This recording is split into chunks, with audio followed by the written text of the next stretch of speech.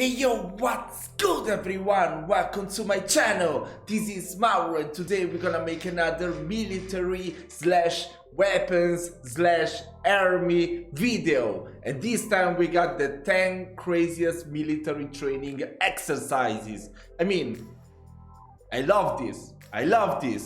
I may not look like it, but I like to exercise as well. Whenever I want. That's it. I like to exercise, but whenever I want. That's why it doesn't show that many results and I have big cheeks. But still, let's see.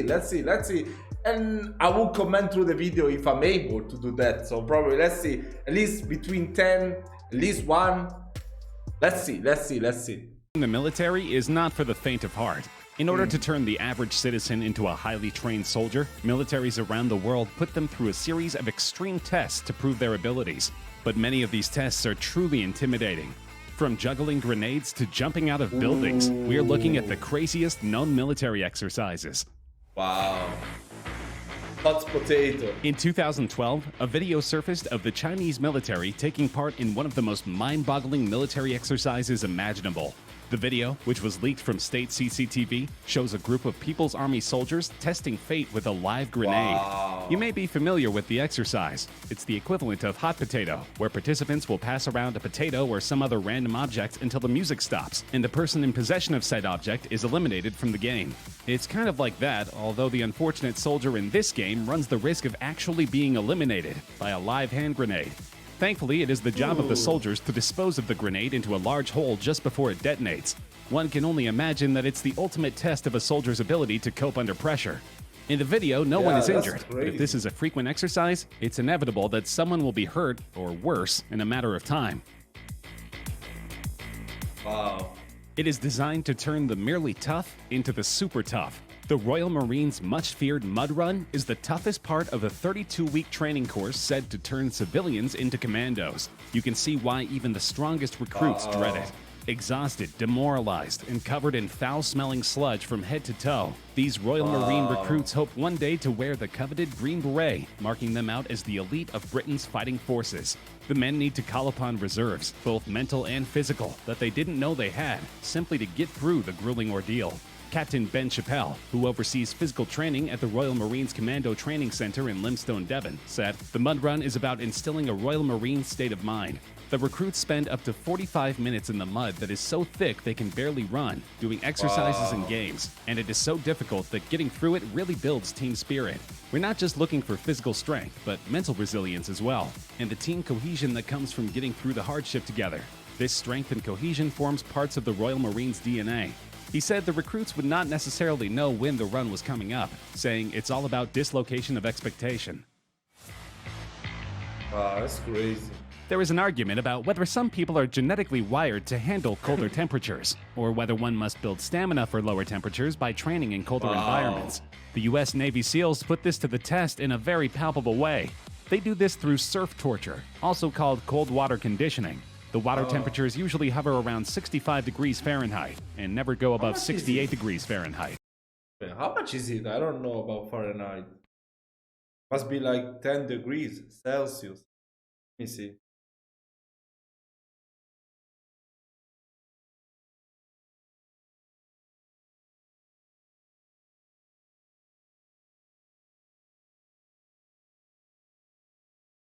It's 60 degrees is not that cold, right? From there, trainees may be ordered to do some calisthenics or run a mile and a half down the beach in their wet clothes and boots. Then they're ordered back into the surf. Many drills also require that teams carry their rubber boots over their heads as they run from one task to another. Even if the water is 90 degrees, your core temperatures will very slowly start to drop from its normal level of 98.6 degrees. The hours-long drill tests the... Yeah, it's like when you go to the beach at the sea.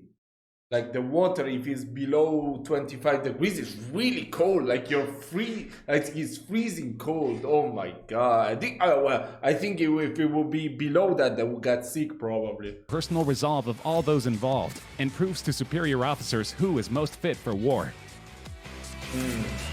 Shot to the chest. The Russian military isn't known for having a Seriously? gentle touch, so it should come as no surprise that their counter-terrorism operations training is really tough.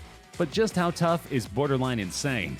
Russia's Federal Security Service, called the FSB, and successor to the KGB, shoots their agents center mass to give them confidence in a terrorist-controlled situation where bullets might be flying by their heads.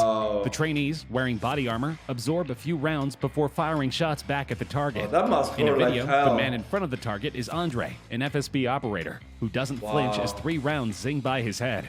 They are forced to stand motionless, and then they wait for someone to casually walk past them, but then suddenly draw a pistol and shoot them repeatedly in the chest. After taking these hits, they are to return fire, and they have to aim just inches away from the attacker's unprotected face.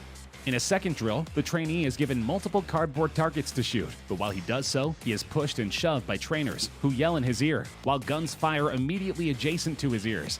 These are all supposed to simulate distractions on the battlefield and enhance the trainee's focus in stressful situations. How many people die from this? Cobra Gold is one of the Indo-Pacific's largest multinational exercises. It's also the one where U.S. troops drink cobra blood. The exercise includes events such as an amphibious assault demonstration. Oh my God, that's disgusting. Once I tried in Vietnam, I don't know if it was the Cobra. Yeah, I think it was the Cobra, the one they put the, I don't know how do you call it. In Vietnam they had like pure alcohol, and they put a big snake, I'm not sure if it was a cobra, inside for many months, and then you can drink it, and it's so strong and disgusting. I don't know if it was the cobra. I mean, there must be some blood mixed. I don't know. I have no idea. It was really disgusting, that thing. I just had a shot, and then I felt so drunk. Landmine destruction and a combined arms live fire exercise. But probably the most photographed event is the jungle survival training, during which Thai instructors share with the Americans their knowledge of life-sustaining jungle sources of food and water, plants, insects, and, of course, cobra blood. For instance, some plants can be a good source of water, and there are a lot of different fruits available for consumption. But when those options aren't available, Marines can also eat geckos, gibbons, and even scorpions. Then, of course, there is one of the most iconic aspects of the Cobra Gold jungle survival training, drinking cobra blood. Royal Thai Marine instructors showed the troops how drinking the blood from a cobra can help them stay alive if there is no drinkable water, and can also provide essential nutrition. The pictures show the Marines with their heads tilted back and sticking out their tongues as the instructor drips the blood down their throats. It's not for the squeamish, and even some hardened Marines appear to have their eyes tightly shut as they get their taste of the cobra blood. In contrast, others seem keen to have a drink of the blood of the deadly serpent. According to Marines who have taken part in exercises in the past, the cobra blood tastes fishy. Belarus is not known for its human rights or its progressive politics. Many people consider it to be the last remaining dictatorship in Europe. And of course, to keep the dictatorship in power, the government needs an extremely fearsome military. In addition to training for chemical warfare with gas masks and protective equipment, the Belarusian Special Forces are required to undergo an obstacle course that is covered in flames. Nicknamed the Fire Walk, this exercise requires the soldiers to complete a 10K run with occasional bits of fire interspersed across the course. Sometimes they will need to walk through the fire, and other times they need to scale walls covered in flames. The Special Forces are undoubtedly an imposing unit. Belarus's ruling party has been accused of using its special forces to assassinate opposition leaders. Taiwan's Marine Corps' Road to Heaven is the final stage of a grueling 10-week amphibious training program. In order to become frogmen, candidates must crawl 164 feet over jagged, porous coral rocks in a pair of shorts. The Road to Heaven starts with a hard fall from standing to planking position. The fall looks to be tough on the elbows, but immediately after, the recruits begin to crawl through the sharp rocks on the points of their knees and elbows. In some ways, the training simulates a landing on a rocky beach, but it appears to function mainly as a test in which the trainees must will themselves to conquer pain. The path has 10 stopping points, and at each one, the recruits must stop and perform an exercise. As they make their way, instructors pour salt water on them to exacerbate the pain of their open wounds. Friends and family of the trainees are encouraged to attend in order to make the soldiers more self-conscious. At the end of the long, rough road, they finally earn their place among the most elite soldiers in Taiwan. That's really fucked up. Back in 2000, I think that's the most fucked up. Like, have to, you know, like your family has to witness you going through that. Wow. Cultural stuff, you know? That's cultural stuff. Every country has their culture, so you gotta respect them. 2012, 2 videos surfaced on the internet. The first showed Chinese soldiers breaking bricks with their heads for training. Wow. The second one similarly showed the South Korean Oh army my breaking concrete with God. their heads. Many believe this is merely to show the strength of the People's Liberation Army. If combat were simply a matter of showmanship, then the PLA would be near invincible. But military officials are acknowledging that such displays have few practical applications and are reconsidering the amount of time that troops spend on such training. The shift is a small but symbolically important part of China's broader effort to modernize its military.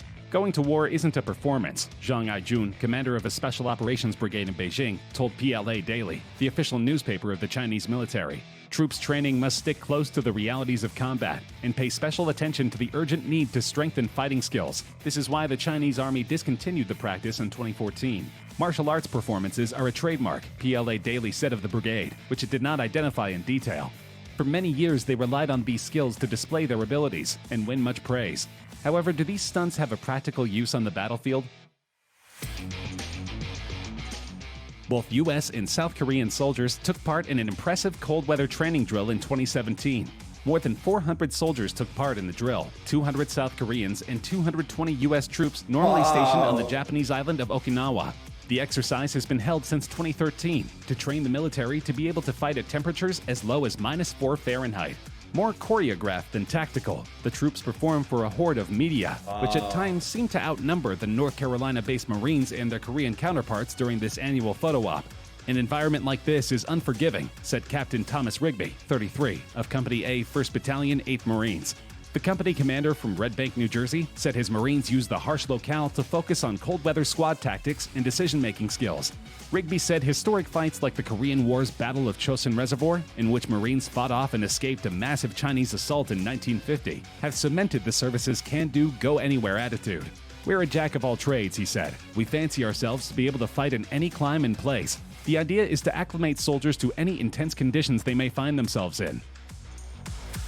Jumping from skyscrapers. Service in the Israeli army is compulsory for all young Israeli citizens in good health. So recruits should hope that they are not forced into a controversial program in which they are forced to jump from the tops of skyscrapers and rappel down the buildings. The idea is to prepare the soldiers for the impact of a bomb on a building so that they can get citizens out of the flaming structure safely. It is also a preparation for terrorist situations where they need to enter a building covertly. Certainly, the drills have many applications, but hopefully the soldiers don't suffer from vertigo or fear of heights. These new recruits will be prepared to defend the Tel Aviv skyline.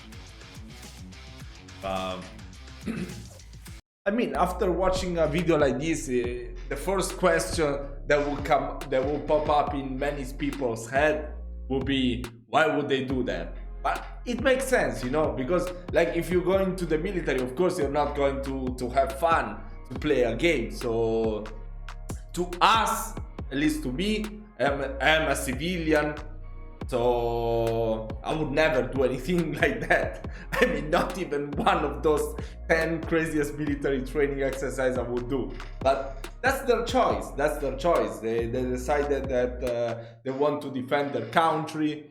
So of course they have to go through whatever they have to achieve their goal. That's their life goal. That's what they decide to do with their life. So kudos to them.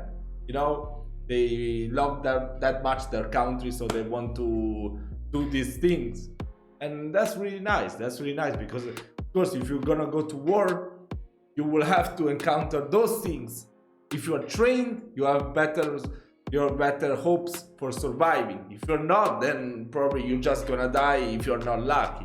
So I think they have to do this, like showing these kind of videos to people like me, to people like everyone else on YouTube. Like this is just for, you know, like to tell you, if you go into the military, you're gonna have to encounter this, so you shouldn't fight with them. I don't know, probably that's their message, but still, that's their choice. So who am I to question them? You should just respect everyone's choice.